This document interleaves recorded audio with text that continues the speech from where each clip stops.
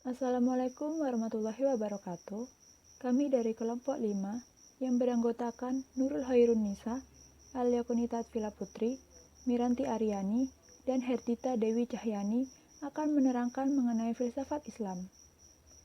Adapun pembahasan yang kami sampaikan pada presentasi kali ini, yaitu pengertian filsafat Islam, perkembangan filsafat Islam, tokoh filsuf Islam wilayah Timur, dan tokoh filsuf Islam wilayah Barat. Pengertian filsafat Islam. Filsafat Islam merupakan hasil pemikiran seseorang pemikir mengenai ketuhanan, kenabian, kemanusiaan, alam, realitas ontologi, pandangan tentang hakikat ruang, waktu, dan materi. Selain itu, berkembang juga dalam ilmu kalam, ulfik, dan tasawuf yang berdasarkan ajaran Islam sebagai bentuk alur pemikiran yang logis dan sistematis. Perkembangan filsafat Islam. Polemik dalam filsafat Islam. Dalam sejarah pemikiran Islam, polemik seputar akal dan wahyu pun menjadi tema abadi. Polemik antara kalangan rasionalis versus fideis melahirkan aliran Mu'tazilah di aras akal dan aliran Asy'ariyah serta Wahabiyah di aras teks pada ruang teologi atau kalam, ashab hadis atau khabar, dan ashab ra'yu pada ruang fikih. Di dunia Syiah atau Imamiyah, polemik seputar hal ini pun melahirkan dua kelompok, yaitu Usuliyah dan Akhbariyah. Yang satu mengapresiasi akal dan yang lainnya menegasi akal dalam wacana keagamaan. Selain keduanya, dalam sejarah pemikiran Islam pun hadir tokoh-tokoh yang merepresentasikan kelompok rasionalis ekstrem yang menegasi wahyu dan kenabian dengan keyakinan akan superioritas akal. Sebut saja Abu Bakar Muhammad Al-Razi, Abu Ala Al-Ma'ari, Ibnu Al-Rawandi sebagai pemikir yang mewakili kelompok ini. Rasionalisme dan fideisme. Paham rasionalisme dan fideisme sebagai manhaj fikir senantiasa bertarung dalam rangka merebut kuasa pemahaman ajaran agama. Kedua paham tersebut mengambil bentuk dalam berbagai mazhab pemikiran, teologi, dan fikih, baik di kalangan Sunni maupun Syiah. Perjumpaan dengan tradisi Yunani dan Suriah. Penaklukan Iskandariyah pada 641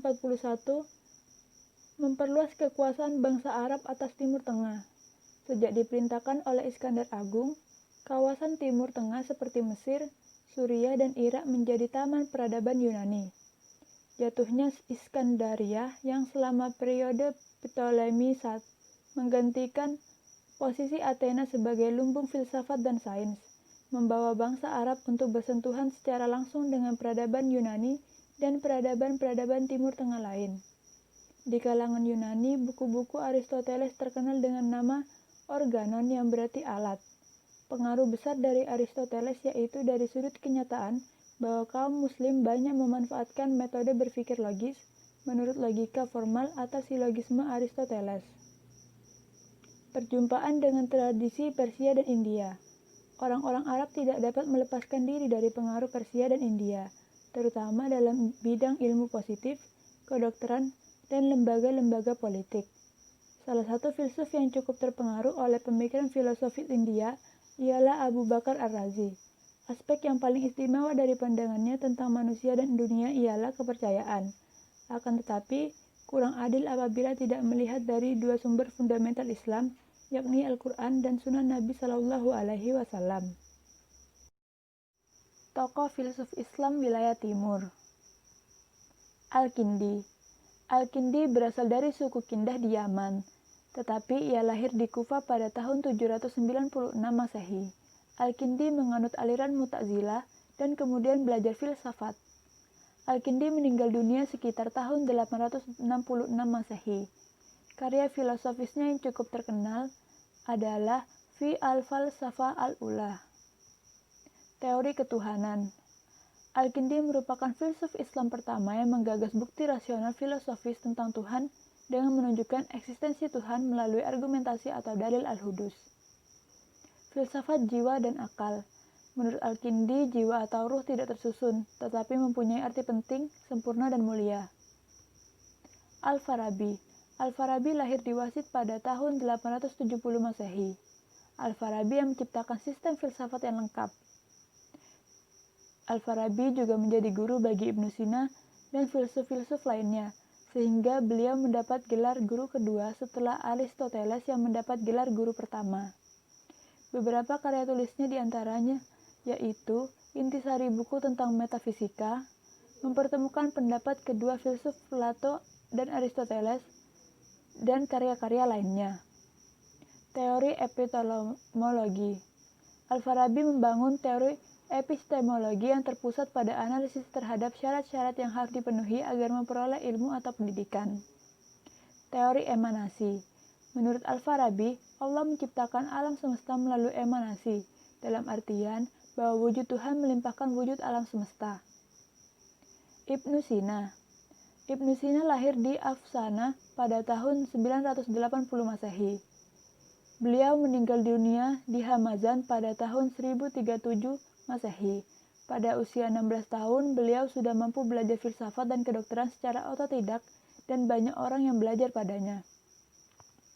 Ibnu Sina juga memiliki karya tulis, salah satunya seperti Al-Syifa atau Pengobatan, sebuah summa filosofika orisinal dalam 15 jilid yang berisi segala bidang kajian filosofis yang populer pada masa itu. Teori emanasi. Teori mengenai penciptaan alam, yang mana alam ini benar-benar ada karena limpahan yang Maha Esa. Filsafat jiwa. Menurut Ibnu Sina, manusia tersusun dari dua unsur, yaitu tubuh dan jiwa, di mana kedua unsur tersebut tak dapat dipisahkan. Filsafat wujud atau ketuhanan. Ibnu Sina terkenal dengan rancangan argumentasinya mengenai eksistensi Tuhan yang disebut sebagai argumen melalui kemungkinan atau dalil al-jawaz. Seperti Al-Farabi, Ibnu Sina juga mengajukan teori mentauhidkan Tuhan semutlak-mutlaknya. Tokoh filsuf Islam wilayah Barat.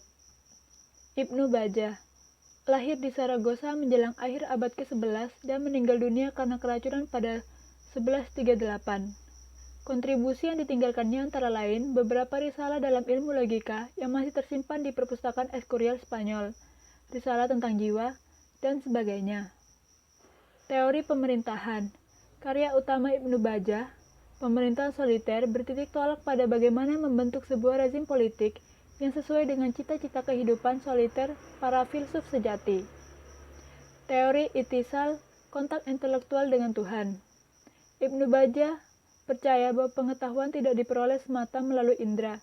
Menurut Ibnu Bajjah, penyatuan atau lebih tepatnya pertalian ini sepenuhnya bersifat intelektual, bukan afektif atau indriawi, seperti kata kaum sufi yang suka memakai bahasa cinta, kontemplasi, dan visi atau musyahadah. Objek penyatuan tersebut bukanlah wujud tertinggi atau Tuhan, sebagaimana diakui oleh kaum sufi, melainkan mawujud-mawujud spiritual yang lebih rendah. Ibnu Tufail. Ibnu Tufail dilahirkan di Wadi Asy pada tahun 1110 Masehi. Kegiatan ilmiahnya meliputi kedokteran, kesusastraan, matematika, dan filsafat.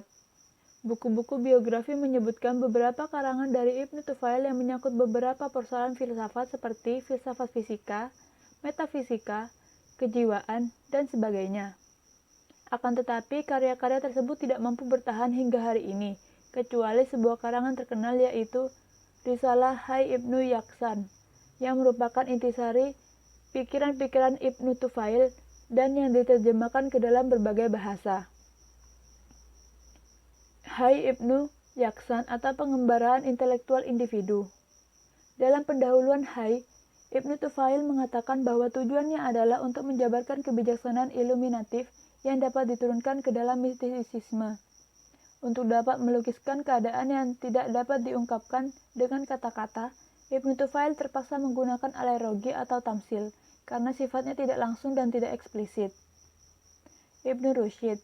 Ibnu Rusyid lahir di Cordoba pada 1126 dan mengenyam pendidikan bahasa Arab, fikih, kalam, dan kedokteran dari sejumlah guru hingga berusia 40 tahun. Pada mulanya, Ibnu Rusyid mendapatkan kedudukan terbaik dari Khalifah Al-Mansur, tetapi keadaan tersebut segera berubah ketika ia difitnah telah merusak agama dan telah keluar dari Islam yang dilancarkan oleh golongan penentang filsafat, yaitu para fuqaha masanya, sehingga ia dikurung di suatu kampung Yahudi bernama Alisana. Buku-buku penting yang masih sampai hingga hari ini ada 4. Bidayatul Mujtahid, Faslul Maqal, Manahid al-Adillah, dan Tahafut at-Tahafut. Mendamaikan agama dengan filsafat. Menurut Ibnu Rashid, perbedaan antara agama dan filsafat sesungguhnya masih bisa didamaikan apabila pertama-tama orang mau mematuhi ketentuan Al-Quran. Filsafat ketuhanan. Perbincangan eksistensi Tuhan dieksplorasi oleh Ibnu Rushd melalui argumen pemeliharaan atau inayah dan argumen penciptaan atau iktira. Sekian yang bisa kami sampaikan, kurang lebihnya mohon maaf. Wassalamualaikum warahmatullahi wabarakatuh.